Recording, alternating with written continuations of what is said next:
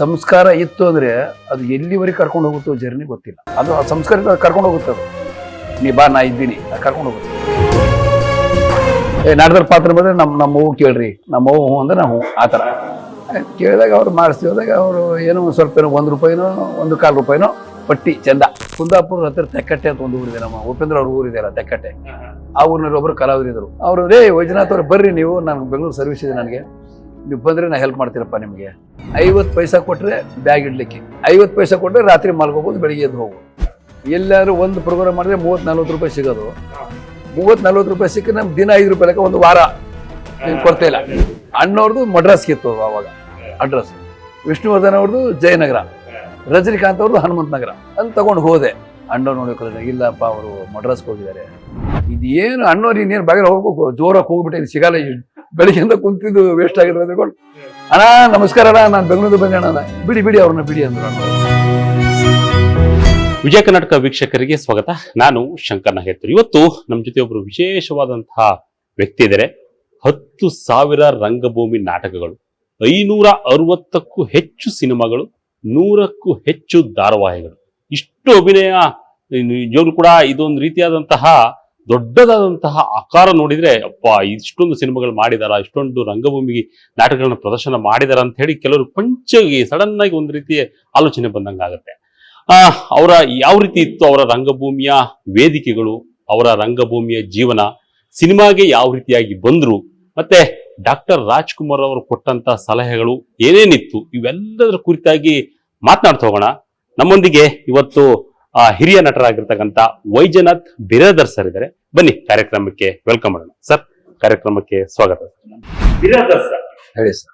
ಹಲವಾರು ಸಿನಿಮಾಗಳು, ಹಲವಾರು ನಾಟಕಗಳು, ಇವೆಲ್ಲವೂ ಕೂಡ ಬಂತು. ಈಗ ಹೇಗಿದ್ದೀವಿ?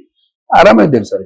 ಈ ಆರಾಮಾಗಿದ್ದೀನಿ ಅಂತ ಹೇಳಲಿಕ್ಕೆ ಎಷ್ಟು ಶ್ರಮ ವಹಿಸಿದ್ವಿ ಅಂತ ಸರ್ ಇರುತ್ತೆ ಸರ್. ಈಗ ಒಂದು ಆರಾಮಾಗಿದ್ದೀನಿ ಅಂದ್ರೆ ಮೊದಲು ಕಷ್ಟಪಟ್ಟರೆ ತಾನೇ ಸುಖ ಸಿಗೋದು, ಕಷ್ಟಪಡ್ಲಿಲ್ಲ ಅಂದ್ರೆ ಸುಖನೇ ಇಲ್ಲ. ಆಯ್ತು, ಯಾವಾಗಲೂ ನಾವು ಆರಾಮಿಲ್ಲ ಅಂತ ಯಾಕೆ ಹೇಳ್ಬೇಕು?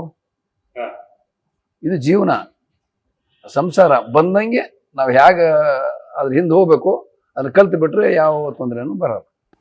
ನಾವು ಎಲ್ಲಿ ಮೂಲ ಅಂತ ಬೆಂಗಳೂರಲ್ಲಿ? ಹೌದು ಸರ್,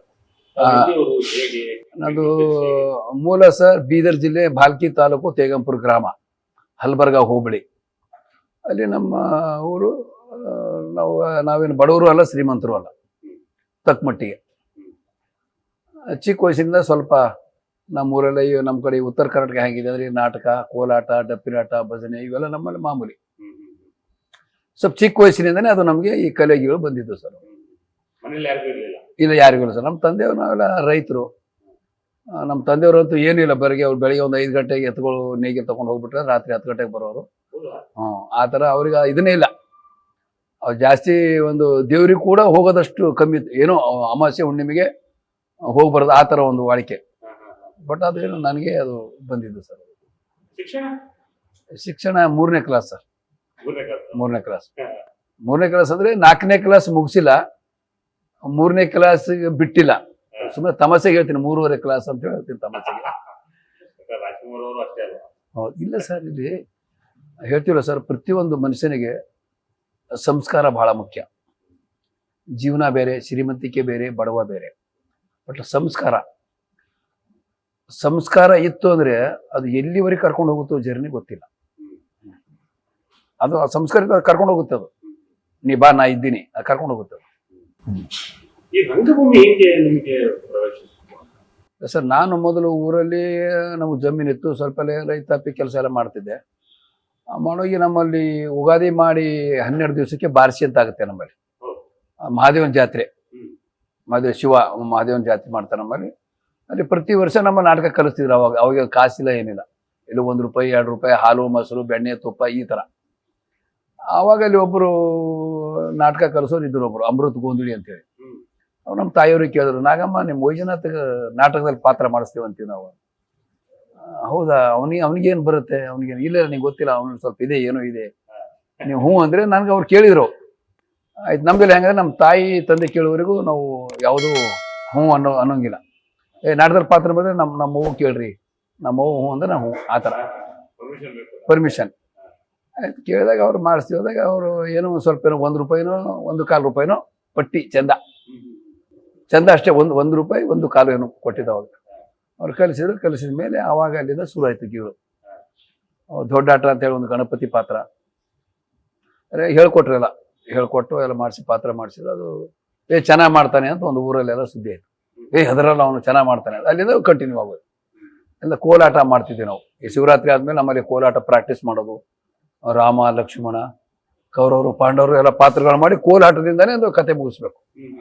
ನಾವು ರಾತ್ರಿ ಒಂದು 8-9 ಗಂಟೆ ಶುರು ಮಾಡಿದ್ರೆ ಬೆಳಗಿನ ಜಾವ 4-5 ಗಂಟೆವರೆಗೂ ಮಾಡ್ಬೇಕು. ಅದು ನಾಟಕ ಅಲ್ಲ, ಕೋಲಾಟದಲ್ಲಿ ಅದು ಕತೆ. ಈಗ ರಾಮ ಬರೆದು ಜಿಂಕೆ ಸೀತೆ ನೋಡೋದು ಅದೆಲ್ಲ ಕೋಲಾಟದ ಮುಖಾಂತರ ಕತೆ ಕೊಡ್ಬೇಕು. ಅದರಲ್ಲೂ ಭಾಗಿಯಾದೆ. ಊರಲ್ಲಿ ಒಂದು ಭಜನೆ ಮೇಳ ಇತ್ತು, ಅದರಲ್ಲೂ ಭಾಗಿಯಾದೆ. ಹಾಗೆ ಕೊನೆಗೆ ಏನಾಯ್ತು ಅಂದ್ರೆ, ನಮ್ಮಲ್ಲಿ ಹುಮನಾಬಾದ್ ಅಂತ ಹೇಳಿ ಬರುತ್ತೆ ಬೀದರ್ ಜಿಲ್ಲೆಯಲ್ಲಿ. ಅಲ್ಲಿ ಪ್ರತಿ ವರ್ಷ ನಾಟಕ ಕಂಪನಿಗಳು ಬರ್ತಿದ್ವು ಅಲ್ಲಿ, ಹುಮನಾಬಾದ್ ಅಂತೇಳಿ. ಅಲ್ಲಿ ಹೋದಾಗ ಏನಂದ್ರೆ ನಮ್ಗೆ ನಾಟಕ ನೋಡೋ ಚಟ, ಏನು ಬೆಳತನಕ ನಾಟಕ ಇಲ್ಲದ ಸಿನಿಮಾ ನೋಡಿ ಎಲ್ಲರೂ ಅನ್ನೋರೇ ನೀನು ನೋಡು, ನೀನು ಮತ್ತೆ ನೋಡಿ ಇವರ ಮಾಡ್ಬೋದು ನೋಡಿ, ನಾಟಕ ಕಂಪ್ನಿಗೆ ಬರ್ಬೋದು ನೀನು, ಹಾಗೆ ಹೀಗೆ ಹುಡುಗರೆಲ್ಲ ಸ್ವಲ್ಪ ಹುರಿ ನಂಬಿಸಿದ್ರು. ಆವಾಗ ಸ್ವಲ್ಪ ಹೌದಲ್ವಾ ನಾಟಕ ಕಂಪ್ನಿಗೆ ಹೋಗ್ಬೇಕಲ್ವಾ ಅನ್ನೋದು ಒಂದು ಬಂತು. ಸಮಸ್ಯೆ ಏನಂದ್ರೆ ಅಲ್ಲಿ ನಮ್ದು ಬೀದರ್ ಭಾಷೆ, ಧಾರವಾಡ ಭಾಷೆ ಗೊತ್ತಿಲ್ಲ. ಆಮೇಲೆ ನಮ್ಮ ಹತ್ರ ದುಡ್ಡಿಲ್ಲ, ನೋಡ್ಲಿಕ್ಕೆ ಚೆನ್ನಾಗಿಲ್ಲ. ಆ ಪಂಚೆ ಉಡ್ತಿದ್ದೆ ಅವಾಗ ನಾನು. ಇವೆಲ್ಲ ಕೇಳಿ ಹೆಂಗೆ ಹೋಗ್ತೀಯ ನೀನು, ಹೌದು ಮಾಡ್ತೀಯ, ಎಲ್ಲಿ ಹೋದ್ರೆ ಹೆಂಗೆ ಕರೀತಾರೆ ನಿನ್ಗೆ, ಯಾವ ಧಾರವಾಡ ಭಾಷೆ ಬರುತ್ತಾ, ಹುಬ್ಳಿ ಭಾಷೆ ನನಗೆ ಬರಲ್ಲ, ಮತ್ತೆ ಹೆಂಗೆ ಯಾರು ಪರಿಚಯ ಇದೆ ನನಗೆ ನಾಟಕ ಕಂಪ್ನಿಯವರು, ಇದೆಲ್ಲ ಸ್ವಲ್ಪ ಇದು ಆಯ್ತು. ಆಮೇಲೆ ಆಗಲ್ಲ ಬಿಡು, ಅವೆಲ್ಲ ಸ್ವಲ್ಪ 3ನೇ ಕ್ಲಾಸ್ ಓದಿ ನಾಟಕ ಕಂಪ್ನಿಗೆ ಯಾರು ತಗೋತಾರೆ, ಅದು ಕೆಲವು ಓದಬೇಕು ಹಾಗೆ ಹೀಗೆ ಹಳ್ಳಿ ಕಡೆ ಇರುತ್ತಲ್ಲ ಸ್ನೇಹಿತರ ಮಾತುಗಳು. ಹೌದಲ್ಲ ಅದನ್ನ ಸುಮ್ಮನೆ ಬಿಟ್ಬಿಟ್ಟೆ, ಹೌದು ಆಗಲ್ಲ ಇನ್ಯಾಕೆ. ಆಮೇಲೆ ನಾನು ಬುಕ್ ಓದೋ ನನ್ನ ಚಟ ಆಯ್ತು. ಮೊದಲು ಈ ಪ್ರಜಾಮತ, ಕಸ್ತೂರಿ ಇವೆಲ್ಲ ಆಯ್ತು. ಪೇಪರ್ ಅವಾಗ ನಮ್ಮ ಸಂಯುಕ್ತ ಕರ್ನಾಟಕ ಇತ್ತು. ಸಂಯುಕ್ತ ಕರ್ನಾಟಕ ಫೇಮಸ್ ಅವಾಗ, ಎಲ್ಲಿ ಹೋದ್ರು ಸಂಯುಕ್ತ ಕರ್ನಾಟಕ ಸಿಗೋದು. ಪ್ರಜಾಮತ ಇವೆಲ್ಲ ಬರುವ ನೋಡಿದಾಗ ಅಣ್ಣವರು ಲೇಖನ ಬಂದಿತ್ತು ಅದರಲ್ಲಿ. ರಾಜ್ಕುಮಾರ್ ಅವರು 3ನೇ ಕ್ಲಾಸ್ ಓದಿ ನಾಟಕ ಕಂಪ್ನಿಯಲ್ಲಿ ಪಾತ್ರ ಮಾಡಿ ಇವತ್ತು ಯಾವ ಮಟ್ಟಕ್ಕಿದ್ದಾರೆ, ಡಾಕ್ಟರ್ ಹೊರನಟ ಡಾಕ್ಟರ್ ರಾಜ್ಕುಮಾರ್ ಇವರು ವರ್ಡ್ಸ್ ಬಂದ ಹಾಗೆ ಹೀಗೆಲ್ಲ ಬಿರುದು ಬಂದಲ್ಲಿ ಇತ್ತು. ಅದನ್ನ ನೋಡಿ ನನಗೆ ಸ್ವಲ್ಪ ಇದಾಯ್ತು.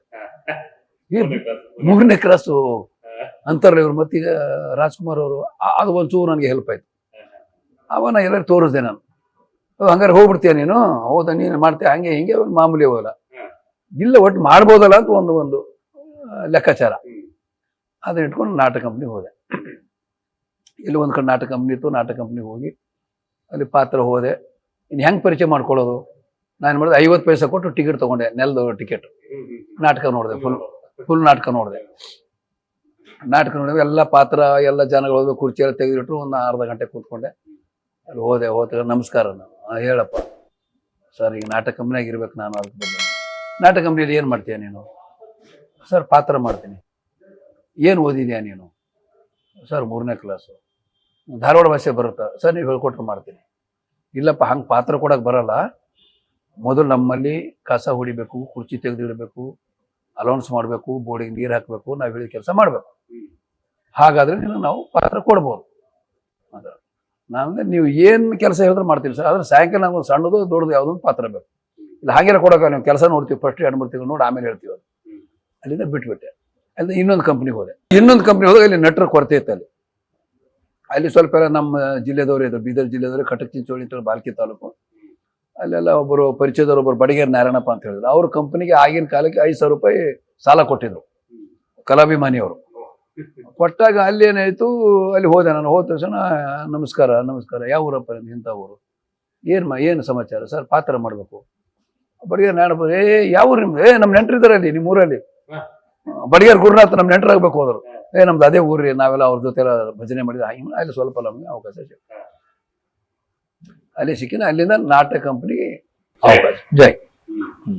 ಅದಾದ್ಮೇಲೆ ಅಲ್ಲಿ ನಾಟಕ ಎಲ್ಲ ಮಾಡಿ ನಾಟಕ ಮಾಡಿ ಸ್ವಲ್ಪ ದಿವಸ ನಾಟಕ ಕಂಪ್ನಿಯಲ್ಲಿ ಉಳಿದೆ. ಅಲ್ಲಿ ನಾಟಕ ಕಂಪ್ನಿ ಇಲ್ಲಿ ಗುಲ್ಬರ್ಗ, ಬೀದರ, ಬಿಜಾಪುರ ಹಾಗೆಲ್ಲ ಓಡಾಡಿದೆ. ಆಮೇಲೆ ಏನಾಯ್ತು, ಬೆಂಗಳೂರಿಗೆ ಬರಬೇಕು ಅಂತ ಒಂದು ಲೆಕ್ಕಾಚಾರ. ಹಿಂಗೆ ಮಾತಾಡ್ತಿದ್ವಿ, ಸಿನಿಮಾದಲ್ಲಿ ಪಾಠ ಮಾಡಬೇಕು, ಆದ್ಮೇಲೆ ಅದು ಇದು ಮಾಡಬೇಕು. ನಾನು ಇಲ್ಲಪ್ಪ ಬೆಂಗಳೂರು ನಮ್ಮ ಪರಿಚಯ ಇಲ್ಲ, ಹೆಂಗೆ ಮಾಡೋದು? ಅಲ್ಲೊಬ್ರು ಕುಂದಾಪುರ ಹತ್ತಿರ ತೆಕ್ಕಟ್ಟೆ ಅಂತ ಒಂದು ಊರಿದೆ, ನಮ್ಮ ಉಪೇಂದ್ರ ಅವ್ರ ಊರಿದೆ ಅಲ್ಲ ತೆಕ್ಕಟ್ಟೆ. ಆ ಊರಿನಲ್ಲಿ ಒಬ್ಬರು ಕಲಾವಿದರು ಕುಂದಾಪುರದವ್ರು, ಟಿ ಗೋಪಾಲ್ ಅಂತ ಹೇಳಿದ್ರೆ ತೆಕ್ಕಟ್ಟೆ ಗೋಪಾಲ್ ಅಂತ. ಅವರು ವೈಜನಾಥ್ ಅವ್ರು ಬರ್ರಿ ನೀವು, ನಾನು ಬೆಂಗಳೂರು ಸರ್ವಿಸ್ ಇದೆ ನನಗೆ, ನೀವು ಬಂದರೆ ನಾನು ಹೆಲ್ಪ್ ಮಾಡ್ತೀರಪ್ಪ ನಿಮಗೆ ಅಂದರು. ಅವ್ರನ್ನ ನಂಬ್ಕೊಂಡು ನಾನು ಇಲ್ಲಿ ಬಂದೆ. ಅವ್ರ ಮೂಲಕ ನನಗೆ ಇಲ್ಲಿ ಪರಿಚಯ ಆಯ್ತು ಬೆಂಗಳೂರು. ಅವ್ರು ಸ್ವಲ್ಪ ಅಲ್ಲಿ ಹೆಲ್ಪ್ ಮಾಡೋದು, ಪಾಪ ಅಲ್ಲಿ ಕರ್ಕೊಂಡು ಹೋಗೋದು, ಇದು ಮಾಡೋದು. ಆಮೇಲೆ ಏನೈತಿ, ಜೀವನಕ್ಕೊಂದು ಬೇಕಲ್ಲ ಏನಾರ. ಈಗ ನಾವು ಓದಿಲ್ಲ, ಕೆಲಸ ಸಿಗಲ್ಲ, ಕೆಲಸಕ್ಕೆ ಹೋದ್ರೆ ಸಿನಿಮಾದಲ್ಲಿ ಮಾಡೋಕ್ಕಾಗಲ್ಲ. ದುಡ್ಡು ಬೇಕು, ಎಲ್ಲಿ ಹುಡುಕಬೇಕು, ಊಟ ತಿಂಡಿ ಇದು ಹೇಗೆ.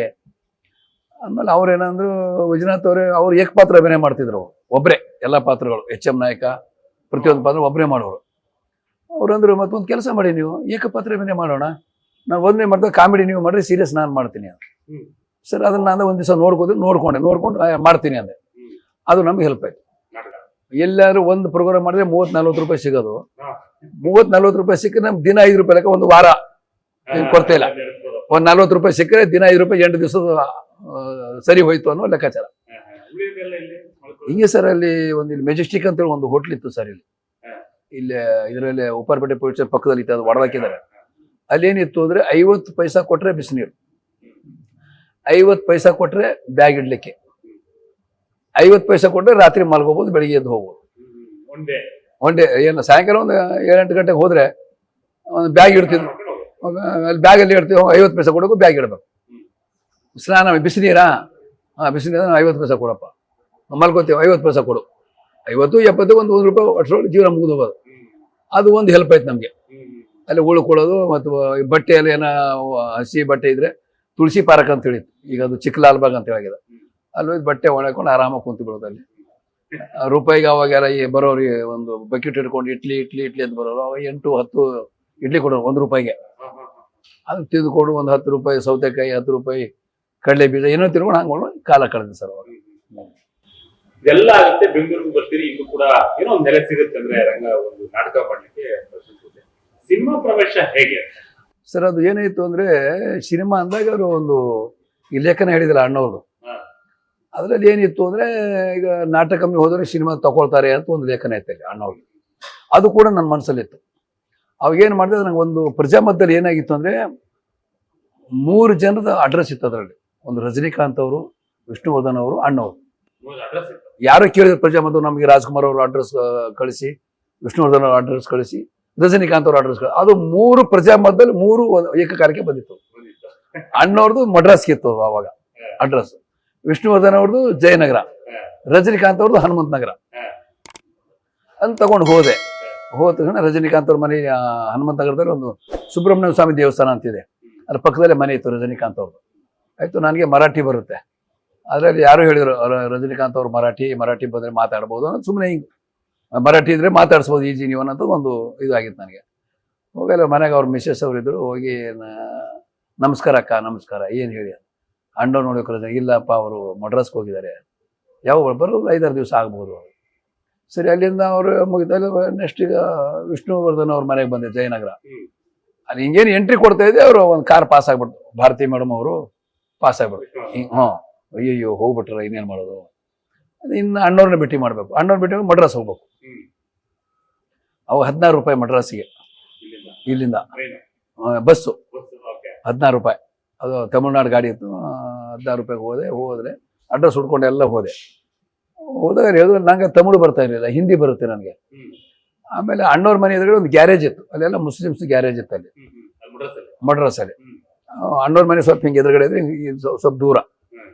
अरे लोग नमस्कार क्या है बोलो साहब, वो हम कन्नड़ वाले डॉक्टर राजकुमार जी है ना, उनका घर किधर है? वो सामने का वही है घर है, देखो. ನೋಡಿದೆ ಸುಮ್ಮನೆ ಮನೆ ನೋಡ್ಕೊಂಡು ಬಂದೆ. ಅಲ್ಲಿ ಒಬ್ರು ವಾಚ್ಮನ್ ಇದ್ರು, ಬಂದು ಕೇಳಿದೆ ಇವ್ರಿಗೆ ಎಷ್ಟು ಗಂಟೆ ಬನ್ನಿ. ಅವನು ಸುಬೇಗ ಇತ್ತು, ಶಾಮ್ಕೋ ಆತ. ಬೆಳಿಗ್ಗೆ ಹೋದ್ರೆ ಬರ್ದು 5 ಗಂಟೆ 6 ಗಂಟೆ 10 ಗಂಟೆ ಗೊತ್ತಿಲ್ಲ, ಒಟ್ಟಿನಲ್ಲಿ 6 ಗಂಟೆ ಮೇಲೆ ನಿಮ್ಗೆ ಏನು ಸಿಕ್ಕರು.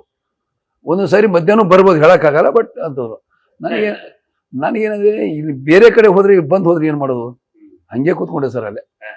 ಯಾವ ಬರ್ತು, ಯಾವ್ದೋ ಒಂದು ಕಾರ್ ಬಂತು ಬೋಡದೆ ಕೂತ್ಕೊನೋರು. ಯಾವ್ದು ಕಾರ್ ಬಂದು ಅಣ್ಣವ್ರದೇ ಕಾರ್ ಬಂತು, ಒಂದು ಆ ಥರ. ಏನು ಊಟ ಅಲ್ಲಿ ಏನೇನು ಇತ್ತು, ಕಡಲೆ ಬೀಜ, ಏನು ಮಾವಿನಕಾಯಿ ಸೀಸನ್ ಇತ್ತು ಅವಾಗ. ಮನೆ ತಿಂಗಳು ಅಲ್ಲೇ ಕುಂತು ಸಾಯಂಕಾಲ ಒಂದು 5:15 ಬಂದರು ಅಣ್ಣವ್ರು. ಆಗೇ ದೇಕೋ, ಓ ಸಾಬ್ ಆಗೇ ದೇಕೋ, ರಾಜ್ಕುಮಾರ್ ಸಾಬ್ ಆಗೇ ದೇಕೋ ಅದು, ಒಯ್ ಕಾರ್ ಇದೆ ದೇಕೋ. ಹೋದೆ, ಇಲ್ಲಿಂದ ಹೋಗಿ ಇದು ಮಾಡ್ತಾನೆ, ಅದು ಕಾರ್ ತೆಗೆದು ಒಳಗೆ ಹೋಯ್ತು, ಕಾರ್ ಹೋಯ್ತು. ಅಣ್ಣವ್ರು ಹೇಳಿದ್ರು, ಅವ್ರು ಅಣ್ಣವ್ರದ್ದು ಆಗಿರ್ತಾರೆ ಹಿಂಗೆ ನಂದಿ ಬಾಗಿಲು ಮೇಲೆ ಮಾಡಿ ಮನೆ, ಅದು ಮಾಡಿತ್ತು. ಅಣ್ಣವ್ರು ಹಿಂಗೆ ಮೆಟ್ಲತ್ತು ಹೋಗಿ ಹಿಂಗೆ ಬಂದು ಹಿಂಗೆ ಒಳಗೆ ಹೋಗ್ಬೇಕು. ಹೋಯ್ತೆ, ಅವನು ಬಿಡಲ್ಲ, ಇನ್ನೇ ಚೋಡ್ತಾ, ಅವನು ತಮಿಳದಲ್ಲಿದ್ದ, ನಂಗೆ ಅರ್ಥ ಆಗಿಲ್ಲ. ಇದೇನು ಅಣ್ಣವ್ರು ಇನ್ನೇನು ಬಾಗಿಲು ಹೋಗ್ಬೇಕು, ಜೋರಾಗಿ ಹೋಗ್ಬಿಟ್ಟೆ, ಇನ್ನು ಸಿಗಲ್ಲ. ಬೆಳಿಗ್ಗೆಯಿಂದ ಕುಂತಿದ್ದು ವೇಸ್ಟ್ ಆಗಿರೋ ಅಂದ್ಕೊಂಡು, ಅಣ್ಣ ನಮಸ್ಕಾರ ಅಣ್ಣ, ನಾನು ಬೆಂಗಳೂರು ಬಂದೆ ಅಣ್ಣ. ಬಿಡಿ ಬಿಡಿ ಅವ್ರನ್ನ ಬಿಡಿ ಅಂದ್ರು ಅಣ್ಣವ್ರು. ಸರಿ ಅಂತ ಬಿಟ್ಟು ಹೋಗಿ ಕರೆದು, ಏನು ಸಮಾಚಾರ, ನಂದು ಮೂಲ ಬೀದರ್ ಇತ್ತಲ್ಲ, ಬೀದರ್ ಅಂದ್ರೆ ಇವ್ರಿಗೆ ಗುರ್ತಾಗುತ್ತಿಲ್ಲ ಅನ್ನೋದು, ನಾನು ಬೆಂಗಳೂರು ಅಂದ್ಬಿಟ್ಟೆ. ಓ ಹೌದಾ, ಏನು ಸಮಾಚಾರ ಹೇಳಿ ಅಣ್ಣ, ನಿಮ್ಮನ್ನು ನೋಡ್ಬೇಕಂತ ಬಂದೀನಿ. ಏನು ಕೆಲಸ ಮಾಡಿ ಅಣ್ಣ, ನಿಮ್ಮ ಮನೆಗೆ ಇರ್ತೀನಿ ನಾನು. ನಮ್ಮ ಮನೆಗೆ ಇರ್ತೀರಾ? ಹೌದಾ, ನಿಮ್ಮ ಡ್ರೈವಿಂಗ್ ಏನಾದ್ರು ಬರುತ್ತೆ? ಇಲ್ಲ ಅಣ್ಣ ಡ್ರೈವಿಂಗ್ ಬರೋಲ್ಲ. ಮತ್ತೆ ನೀವು ಏನು ಕೆಲಸ? ರಂಗಭೂಮಿ ಕಲಾ. ಓ ರಂಗಭೂಮಿ ಕಲಾವಿದ, ಏನು ಮಾಡ್ತೀರಾ? ಪಾತ್ರ ಮಾಡ್ತೀರಾ? ಓ ಪಾತ್ರ ಮಾಡ್ತೀರಾ ನೀವು? ಪಾತ್ರ ಮಾಡೋದು, ಮನೆ ಕೆಲಸ ಮಾಡಬಾರ್ದು, ಪಾತ್ರ ಮಾಡಿದ್ರೆ ಚಂದ. ಆಮೇಲೆ ಹೆಂಗೆ ಮಾಡೋದು? ಆಮೇಲೆ ಒಂದು ಕೆಲಸ ಮಾಡಿ, ತಾಯಿಗೆ ತಕ್ಕ ಮಗ ಶೂಟಿಂಗ್ ಇದೆ, ಒಂದು 5-6 ದಿವಸ ಬಿಟ್ಟು ಕಂಠೀರವ ಸ್ಟುಡಿಯೋ ಬೆಂಗಳೂರು, ಅಲ್ಲಿ ಬಂದುಬಿಡಿ, ಏನೋ ಒಂದು ವ್ಯವಸ್ಥೆ ಮಾಡೋಣ. ಹೌದಂತ ಮತ್ತೆ ಟೀ ಕಾಫಿ ತಿಂಡಿ ಎಲ್ಲ ಕೊಟ್ಟು ತಗೊಂಡೆ. ಸ್ವಲ್ಪ ಬಸ್ ಚಾರ್ಜ್ ಕಮ್ಮಿ ಬಿದ್ದಿತ್ತು.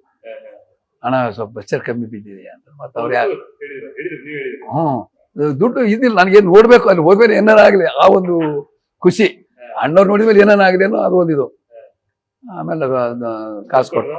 ಎಷ್ಟು? 30 ರೂಪಾಯಿ. 16 ರೂಪಾಯಿ ಇತ್ತು ಬಸ್ ಚಾರ್ಜು, 30 ರೂಪಾಯಿ ಕೊಟ್ಟರು. ಅವ್ರಂದ್ರೆ ಅವ್ರಿಗೆ ಏನು ಬಸ್ ಚಾರ್ಜಿಗೆ ಅಂತ ಅವ್ರು ಏನೋ ಇದು ಮಾಡಿದ್ರು, ಅವ್ರು 30 ರೂಪಾಯಿ ಕೊಟ್ಟು ಇಟ್ಕೊಂಡು.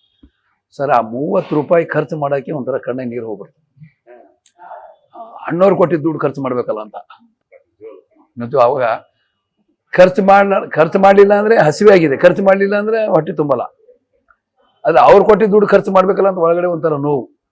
ಹಂಗೆ ಮಾಡಿ ಇಲ್ಲಿ ಬಂದೆ, ಬೆಂಗಳೂರು ಬಂದರೆ 1 ತಿಂಗಳು ಹುಡುಕಿದೆ ಸರ್, ಕಂಠೀರವ ಸ್ಟುಡಿಯೋನೇ ಸಿಗಲಿಲ್ಲ ನನಗೆ. ಅಲ್ಲಿ ಒಳ್ಳೆ ಕಂಠೀರವ ಸ್ಟುಡಿಯೋ, ಈಗ ಸ್ಟುಡಿಯೋ ಮಾಗಡಿ ರೋಡ್ ಒಂದು ಕಂಠೀರವ ಸ್ಟುಡಿಯೋ ಇತ್ತು, ಅಲ್ಲಿ ತೋರಿದ್ರು. ಇನ್ನೊಂದು ಕಡೆ ಎಲ್ಲೆಲ್ಲಿ ಕಂಠೀರವ ಎಲ್ಲ ತೋರಿದ್ರು. ನಾನು ಇದು ಅಲ್ಲೇದು. ಆಮೇಲೆ 1-3 ಈ ಸಣ್ಣ ಗುಡ್ಸರು ಕಟ್ತೀವಿ ಸರ್ ಈ ಮೆಜೆಸ್ಟಿಕಲ್ಲಿ. ಅವಾಗ ಈ ಹಿರಣ್ಯವ್ರ ಮಿತ್ರ ಮಂಡಳಿ ನಾಟಕ ಕಂಪನಿ ಇತ್ತು. ನಾಟಕ ಕಂಪನಿಯಿಂದ ಗುಡ್ಸಲ ಮೇಲೆ ಎಲ್ಲ ಈ ಪೋಸ್ಟರ್ಗಳು ಇತ್ತು ಸರ್, ಬ್ಯಾನರ್ಗಳು. ಆಮೇಲೆ ನೋಡಿದೆ, ಈ ಬ್ಯಾನರ್ ಇದೆ ಅಂದರೆ ಇವ್ರಿಗೆ ಗೊತ್ತಿರ್ಬೋದಲ್ಲ ಅಂತ ನನಗೊಂದು ಐಡಿಯಾ. ಅಲ್ಲಿ ವಜ್ರ ಮುನಿಯವ್ರು ಮಾಡಿದ ಆಗಿನ ಕಾಲಕ್ಕೆ ಮಾಡಿದ್ದೆಲ್ಲ ಹಿಂಗೆ ಬ್ಯಾನರ್ ನೋಡ್ತೀನಿ ಎಲ್ಲ. ಇವ್ರಿಗೆ ಕೇಳಿ ಗೊತ್ತಾಗ್ತದೆ. ಹೋಗಿ ಕೇಳಿದೆ ನಾನು, sir Kanteerava studio. Kanteerava studio ಇಲ್ಲಿ ಬರಲ್ಲಪ್ಪ, ಅಲ್ಲಿ ಬರುತ್ತೆ. ಅಲ್ಲಿ ಅಂದ್ರೆ ಎಲ್ಲಿ? ಗುರುಗುಂಟಪಾಳ್ಯ ಅಂದರು. 1 ನಿಮಿಷ ಅಂದ್ರೆ ಬರ್ಕೊಂಡ್ಬಿಟ್ಟೆ ಗುರುಗುಂಟಪಾಳ್ಯ ಅಂತ.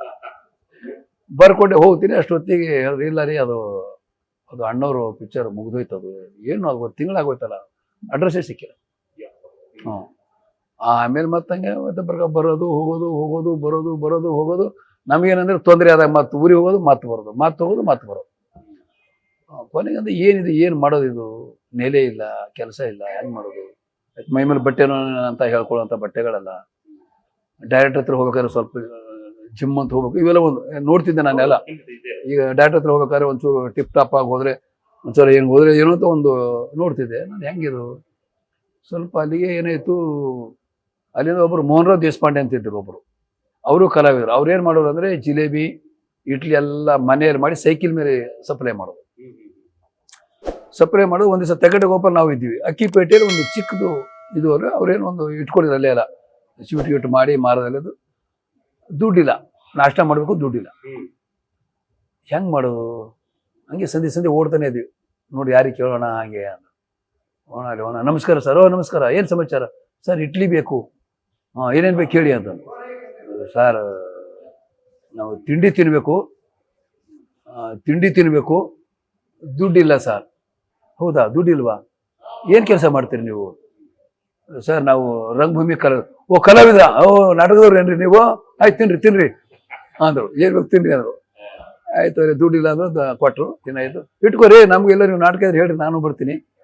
ಬನ್ನಿ, ಪರವಾಗಿಲ್ಲ, ಬನ್ನಿ, ಇದ್ದಾಗ ಬನ್ನಿ, ಆಮೇಲೆ ಕೊಡಿ, ಪರವಾಗಿಲ್ಲ. ಅದು ಒಂದು ಸ್ವಲ್ಪ ನಮ್ಗೆ ಹೆಲ್ಪ್ ಆಯ್ತು. ಅದು ಒಂದು ದುಡ್ಡಿಲ್ಲ, ನೀವು ಬರ್ಬೋದಪ್ಪ ಅನ್ನೋದು.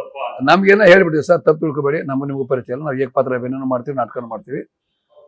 ನಮ್ಗೆ 8 ದಿನದ ದುಡ್ಡು ಬರುತ್ತೋ 15 ದಿವಸ ಬರುತ್ತೋ ಏನೋ ಗೊತ್ತಿಲ್ಲ, ಬಂದರೆ ಒಟ್ಟಿನ ನಿಮ್ಮನ್ನ ದುಡ್ಡು ಕೊಡ್ತೀವಿ ನಾವು ಅಂತ ಹೇಳಿದೆವು. ಬಟ್ ಅವ್ರಿಗೆ ನಮ್ಮ ಮೇಲೆ ಒಂದು ನಂಬಿಕೆ. ಆ ಸಮಯದಲ್ಲಿ ನಾನು ಅವ್ರನ್ನ ನೆನೆಸ್ಕೊಂಡೆ. ಅವ್ರೊಂದು ಅಡ್ರೆಸ್ ಕೊಟ್ಟಿದ್ರು, ಶ್ರೀರಾಮ್ಪುರದಲ್ಲಿ ಒಂದು ಅಡ್ರೆಸ್ ಕೊಟ್ಟಿದ್ರು. ಅಷ್ಟೊತ್ತಿಗೆ ಒಂದು 2-3 ಸಾರಿ ಮನೆಗೂ ಹೋಗಿದ್ದೆ, ಮನೆಗೂ ಟಿಫಿನ್ ಮಾಡ್ಕೊಂಡು ಬಂದಿದ್ದೆ. ನಾನು ಮಾಡಿದೆ, ಇನ್ನೇನು ಮಾಡೋದು ಹೋಟೆಲ್. ಅಷ್ಟೊತ್ತಿನ ಮೊದಲು ನಮ್ಮ ಶಂಕನಾಥ್ ಅರವಿಂದ್ ಅವ್ರು ಪರಿಚಯ ಆಗಿದ್ರು. ಶಂಕನಾಥ್ ಅರವಿಂದ್, ಅನುಭವ ಅರವಿಂದ್ ಇದ್ರಲ್ಲ, ಅವ್ರು ಏನಾಯ್ತು, ಒಂದು ಸಾರಿ ನನಗೆ ಅವ್ರು ಪರಿಚಯ ಇದ್ದಿಲ್ಲ. ಮೊದಲು ತೆಕ್ಕಟೆಗೋಪಾಲ್ ಅವ್ರಿಗೆ ಪರಿಚಯ, ಅನುಭವ ಅವ್ರದ್ದು ಒಳ್ಳೆ ಹೆಸರು ಕೊಟ್ಟಿತ್ತು ಅವರಿಗೆ. ಅಷ್ಟೊತ್ತಿಗೆ ಏನಾಯ್ತು ಅಂದರೆ, ಏನಾದರೂ ನಾವು ಪ್ರೋಗ್ರಾಮ್ ಮಾಡ್ಬೇಕಂತ ಅಂದಾಗ ಅವರನ್ನು ಅವರಿಂದೇ ಮತ್ತು ಅನುಭವ ಅರವಿಂದ್ ಅವ್ರನ್ನ ಪರಿಚಯ ಇದ್ದಾರೆ. ಅವ್ರು ಹಾಕೊಂಡು ಅಭಿನಯ ಮತ್ತು ಅರವಿಂದ್ ಅವರು ಹಾಕೊಂಡು ಒಂದು ಪ್ರೋಗ್ರಾಮ್ ಮಾಡೋಣ, ಎಲ್ಲಿ ಮಾಡೋಣ, ಉಡುಪಿಯಲ್ಲಿ ಮಾಡೋಣ ಸರ್. ನಾ ಇದ್ದಲ್ಲಿ ಬನ್ನಿ ನಿಮ್ಗೆ ಯಾಕೆ ಅಂತ ಅವ್ರು ನಮ್ಮ ಗೋಪಾಲ ಅವ್ರು ಕರ್ಕೊಂಡು ಹೋದ್ರು. ಅಲ್ಲಿ ಸೀದಾ ನಮ್ಮ ದೊಡ್ಡ ಗುರುಗಳಿದ್ರು, ಉಡುಪಿದವರು ದೊಡ್ಡ ಗುರುಗಳಿದ್ರು. ನಡಿ ಹೋಗೋಣ ಕೇಳ್ಕೊಳ್ಳೋಣ ಅಂತೇಳಿ ಇಬ್ರು ಹೋದ ತಕ್ಷಣ ಸರ್ ನಮಸ್ತೆ, ಹಾಂ ಹೇಳಿ ಸರ್, ನಾವು ಕಲಾವಿದರು, ಸಂತೋಷ, ಏನು ಬಂದಿದ್ದು ಸರ್, ನಾವು ಒಂದು ಪ್ರೋಗ್ರಾಮ್ ಮಾಡ್ಬೇಕಂತ ಮಾಡಿದ್ವಿ. ಹಾಂ ಮಾಡಿ ಸರ್, ತಮ್ಮ ಇದರಲ್ಲೇ ಮಾಡಿ ಮಾಡಿ ಮಾಡಿ ಸರ್, ನಮ್ಗೆ ಇಲ್ಲಿ ಯಾರು ಪರಿಚಯ, ಉಳ್ಕೊಳ್ಳಿಕ್ಕೆ ವ್ಯವಸ್ಥೆ ನಮ್ಮಲ್ಲಿ ಉಳ್ಕೊಳ್ಳಿ, ಇಲ್ಲೇ ಪ್ರಸಾದ ಮಾಡಿ ಉಳ್ಕೊಳ್ಳಿ, ನಮ್ಮಲ್ಲಿ ಮೇಲೆ ರೂಮ್ ಇದೆ, ಏನು ತೊಂದರೆ ಇಲ್ಲ. ಆಮೇಲೆ ಇಲ್ಲೇ ಪ್ರೋಗ್ರಾಮ್ ಮಾಡ್ತೀವಿ, ಪ್ರೋಗ್ರಾಮ್ ಇದೇ ಬಳಸ್ಕೊಳ್ಳಿ, ನಮ್ಮ ಮೈಕ್ ಸೆಟ್ ಇಲ್ಲೇ ಮಾಡಿ, ಏನು ತೊಂದರೆ ಇಲ್ಲ, ಮಾಡ್ಕೊಳ್ಳಿ, ಎಷ್ಟು ದಿನ ಉಳಿತಾರೆ ಉಳ್ಕೊಳ್ಳಿ, ನಾವು ಟಿಕೆಟ್ ಹಾಕ್ತೀವಿ ಅಂತ. ಆಯಿತು, ಎರಡೇ ಮಾತ್ರ ಅವರು ಇದು ಮಾಡೋದು ದೊಡ್ಡ ಗುರುಗಳು ಉಡುಪಿದವರು. ಆಮೇಲೆ ಅಲ್ಲಿ ಉಳ್ಕೊಂಡು ಅಲ್ಲಿ ಪರಿಚಯ ಆದರು, ಯಾರು ಅರವಿಂದ್ ಅವರು. ಅಲ್ಲಿ ಸ್ವಲ್ಪ ಅಷ್ಟು ನಮಗೇನು ಕಲೆಕ್ಷನ್ ಆಗಲಿಲ್ಲ, ಅದು ದುಡ್ಡು ಕೊಡ್ಬೇಕಾಯ್ತು. ಅಷ್ಟೊತ್ತಿಗೆ ಅವರು ಪರಿಚಯ ಆಗಿದ್ರು. ಅವ್ರು ಹೇಳಿದ್ರು, ಏನು ರೀ ನೀವು ನಾಟಕದಲ್ಲಿ ಪಾತ್ರ ಮಾಡ್ತೀನಿ? ಹೌದು ಸರ್. ಆಯಿತು, ನೋಡಿ ನಮ್ಮ ತಂಡಕ್ಕೆ ಬನ್ನಿ ಅಂತ ಒಂದು ಮಾತು ಹೇಳಿದ್ರು, ಒಂದು ಕಾರ್ಡ್ ಕೊಟ್ಟಿದ್ರು, ಅದು ಕೂಡ ನನ್ನ ಕಡೆ ಇತ್ತು. ನಾನು ಮತ್ತೆ ಇನ್ನಿದು ಬೆಂಗಳೂರು ಸರಿ ಹೋಗಲ್ಲ, ಮತ್ತು ನಾಟಕ ಕಂಪ್ನಿಗೆ ಹೋಗ್ಬೇಕು ಅನ್ನೋಂಥ ಒಂದು ಭಾವನೆ. ಅಷ್ಟೊತ್ತಿಗೆ ಅವ್ರ ಅಡ್ರೆಸ್ ಇತ್ತು, ಶ್ರೀನಗರದಲ್ಲಿ ಮನೆ ಇತ್ತು, ಶ್ರೀನಗರ ಬಸ್ ಸ್ಟಾಪ್ ಹತ್ರ ಅವ್ರ ಮನೆ ಇತ್ತು. ನಾನೇನು ಮಾಡಿದೆ, ಸೀದಾ ಇನ್ನು ಅವ್ರಿಗೆ ಹೋಗೋಣ, ಬಸ್ ಚಾರ್ಜ್ ಇಸ್ಕೊಂಡು ನಾಟಕ ಕಂಪ್ನಿಗೆ ದುಡ್ಡು ಕಳ್ಸೋಣ ಅಂತೇಳಿ ಅವ್ರ ಮನೆಗೆ ಹೋದೆ ಬೆಳಗ್ಗೆ 8 ಗಂಟೆಗೆ. ಏನು ರೀ, ಏನು ಸಮಾಚಾರ ಸರ್, ನಿಮ್ಮನ್ನ ನೋಡ, ಬನ್ನಿ ಬನ್ನಿ ಅಂದ್ರೆ ತಿಂಡಿ ಮಾಡಿ ಅಂದ್ರೆ ತಿಂಡಿ ಮಾಡಿದೆ. ಏನು ಸಮಾಚಾರ ಹೇಳಿ?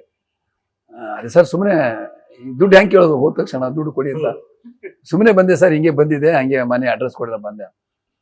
ಈಗೇನು ಮಾಡ್ತೇವೆ ಸರ್? ಸದ್ಯಕ್ಕೆ ಏನಿಲ್ಲ, ಕೆಲಸ ಮಾಡಿರಿ, ನಾನು ಶಂಕನಾದ ಅಂತೇಳಿ ಒಂದು ಪಿಕ್ಚರ್ ಮಾಡ್ತಾ ಇದ್ದೀನಿ, ನಾನೇ ಮೇನ್ ಹೀರೋ. ಈ ಹಳ್ಳಿ ಕ್ಯಾರೆಕ್ಟರ್ ಇರ್ಬೋದು, ಒಂದು ನಾನು ಅಡ್ರೆಸ್ ಕೊಡ್ತೀನಿ, ಹೋಗಿ ಭೇಟಿಯಾಗಿ ನೋಡೋಣ ಅಂದರು. ಒಂದು ಅಡ್ರೆಸ್ ಬರ್ಕೊಟ್ರು, ಮಲ್ಲೇಶ್ವರದಲ್ಲಿ 18ನೇ ಕ್ರಾಸಲ್ಲಿ ಮನೆ, ಉಮೇಶ್ ಕುಲಕರ್ಣಿ ಅಂತ ಕೊಟ್ಟು. ಈ 1 ಗಂಟೆಯಿಂದ ಶುರು ಆಗುತ್ತೆ, ನೀವು ಹೋಗಿ ಭೇಟಿ ಮಾಡಿ, ನನ್ನ ಹೆಸರು ಹೇಳಿ, ಯಾರು ಕ್ಯಾರೆಕ್ಟರ್ ಇದ್ರೆ ಮಾಡ್ರಿ ಅಂತಾರೆ, ಕೇಳಿ ಏನಂತಾರೆ ನೋಡೋಣ ಡೈರೆಕ್ಟ್ರು.